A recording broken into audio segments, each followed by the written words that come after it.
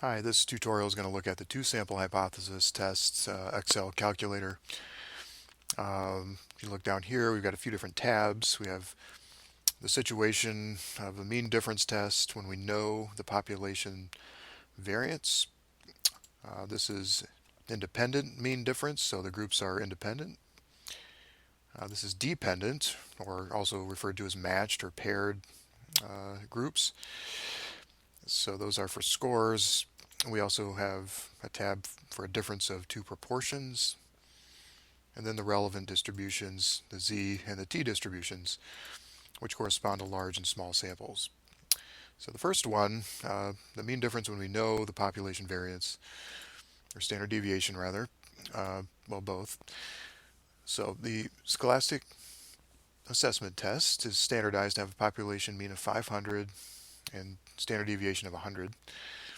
Suppose a researcher gives the SAT to a sample of 50 males and 50 females, so that's how we got our two different means, sample means. And it gives us 511 and 541. So ostensibly the males did worse, but our question is that difference meaningful? Can it be generalized? Or is it just due to sampling error based on these people who wound up in the sample? That's what a test of difference is going to tell us. So based on the sample sizes, a researcher already calculated the true standard deviation of the sampling distribution of difference to be 20. Right? So that actually is a little bit more involved than standard error, which we will look at in these additional examples. But to simplify things, well, we're just going to be looking at it straight away. It's 20. And based on the area under the normal curve, shouldn't say table A, and should say the z distribution.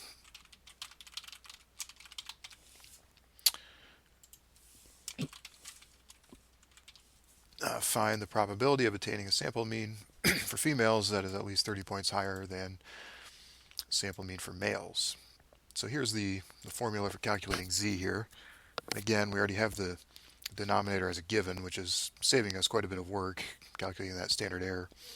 So then it's just the difference of the sample means, which is 30, divided by standard error, which is 20. It's minus 30 because it's 511 minus 541. That gives us a z of minus 1.5. And so we can look at the probability of that, or we can look at compared to a critical value at a 95% level. Right, so we know 2.57 roughly is what we're looking for as the critical value, or negative 2.57 on a two-sided test, and it is smaller than that, so the difference is not statistically significant because the calculated z-value is smaller than the critical value of either 2.57, which is for a 99% confidence interval, or a 1.96, which is for a 95% confidence interval.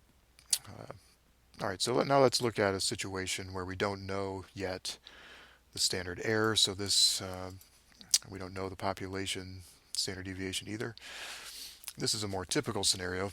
So we have mean differences to look at, and we have variances to look at, and sample sizes. Those are the pieces of information we're going to need, because you can see in this formula, it's the square root of the sample sizes for group 1 and group 2, the variances for group 1 and 2, and just put into this formula. So let's look at the problem. A social researcher is interested in studying the effect of college education on wages. Below are the mean hourly wages for two groups of employees working in the same position at a technology firm. Workers in one group have earned an associate's degree. Members of the other group hold a bachelor's. So you can just see the associates, they tend to make less than those with a bachelor's. The question is the difference big enough to constitute a generalization from the sample to the population? Can we make the inference? And so this is what we've got to come up with. The variances are given, the means are given, The sample sizes are given. So we just plug all this in. And this rather ugly formula, which is all in one cell, and sometimes it's easier, as I said, to have a numerator and a denominator, or have different cells for different terms. I put it all in one just to show that it could be done. So it's a square root of everything under here, and that's what we're starting off there. So the first set of parentheses is just for everything. And then the first term has a numerator and a denominator. The second term also has a numerator and a denominator, so these terms are also in a set of parentheses. And then the numerator gets its own set of parentheses, as does the denominator. So you can see the sample of n1 is here, which is B8, times the variance for group 1, which is B6. So that's plus sample 2, variance 2, and then the two samples added together minus 2 degrees of freedom. That's what we got there. And that standard error is used to give us the t-score, which is, as before, it's just simply the difference of means divided by the standard error. So 10.36 minus 11.32 divided by 0.44 gives us a minus 2.17. And for this one, this is a small sample, so we're using the t-distribution, and so the degrees of freedom is going to be the pooled samples, so 20 minus 2, which is 18. That's what that is right there. At 18 degrees of freedom, come down here, we can find the 95% two-tail confidence level, and the cutoff is 2.10. We calculated 2.17, and it is symmetrical, so we can look at the negative side also. And so that's outside. If you imagine the distribution, 2.17 is on the outside of 2.1 on the negative side. So we reject the null hypothesis of no difference. Yes, we can generalize the difference. So people who have a bachelor's degree do earn more than people with an associate's degree, is our conclusion. Okay, so those were independent groups. This is an example with a dependent mean difference. So it's the same people in a before and after design. This is an experiment conducted by a social psychologist who wants to see if antidepressants can affect an individual's social life. So he creates a scale where a 10 means they're highly social and a 1 is highly unsocial. And so the before are the scores in sociability before taking the antidepressants, and the after is the scores after taking the antidepressants for a period of time. Okay, so you can see the averages were 3.6 and 5.6 for the before and after. And these are the individual differences and the total difference between the averages.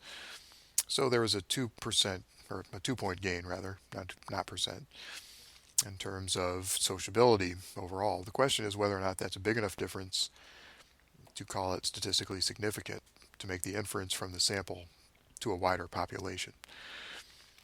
Okay, so in addition to the difference, we have the deviation, which is the difference relative to the average difference. So it's minus -2, so it's plus 2. All right, so we got them, and then we do that for each row. And then we take that deviation and square it to give us a squared deviation. And then the average squared deviation is our variance, and the standard deviation is the square root of our variance. All right, so that's what that is, 2.04. So once we have our standard deviation, we can then use this equation to give us our standard error. And it's standard deviation divided by the square root of n minus 1. So n, 1, 2, 3, 4, 5, 6, 7, 8, 9, 10 people in the sample. 10 minus 1 is 9. Square root of 9 is 3. So it's 2.04 divided by 3. That's what we're getting here. Right, so we get our SD bar, and then our T score, again, is just the difference of means, 3.6 minus 5.6 divided by the standard error for the dependent difference. That's what the SD bar is. And that gives us, here's our equation, by the way. So we have our numerator, B4 minus B5, denominator, B10, right? Standard error for the dependent groups. We have minus 2.9 t-score calculated from that. With 9 degrees of freedom, go back to our t distribution, 9 degrees of freedom at a 95% confidence level, 2.26. You can see that, and it is two-sided and symmetrical. 2.9 is outside of the confidence interval. It's to the left of 2.26 on our curve.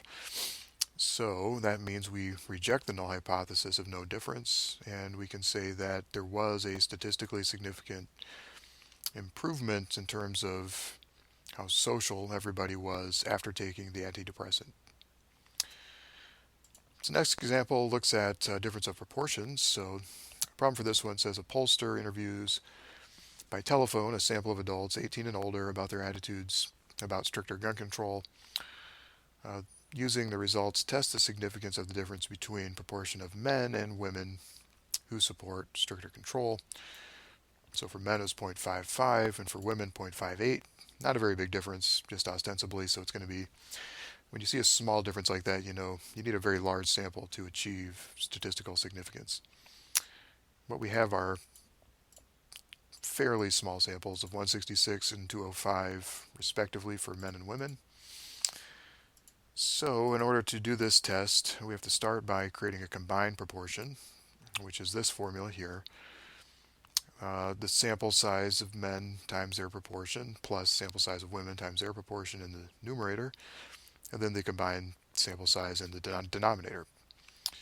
So that gives us 0.56. By the way, here's the Excel equation to do that. And then we need our standard error for the difference of proportions. And the formula for that is shown here. So it's the square root of the combined proportion minus 1 minus the combined proportion. So B9 times 1 minus B9 in our equation. And then that is multiplied by this term, which is the combined sample divided by the product of the two samples. Okay, so that gives us, take the square root of all that, you get the standard error. So then it's the z-score, because we're talking about large samples now, so we use the z-distribution, which means no degrees of freedom are involved. So it's a similar calculation. It's the difference of scores, so 0.55 minus 0.58 divided by the standard error, 0.05. So it's going to be negative 0.3 divided by 0.05. That gives us negative 0.57. That's a pretty small number. Critical values for z from the z-distribution, I think actually we have the wrong critical value at 2.57, 2.58 is what it should be.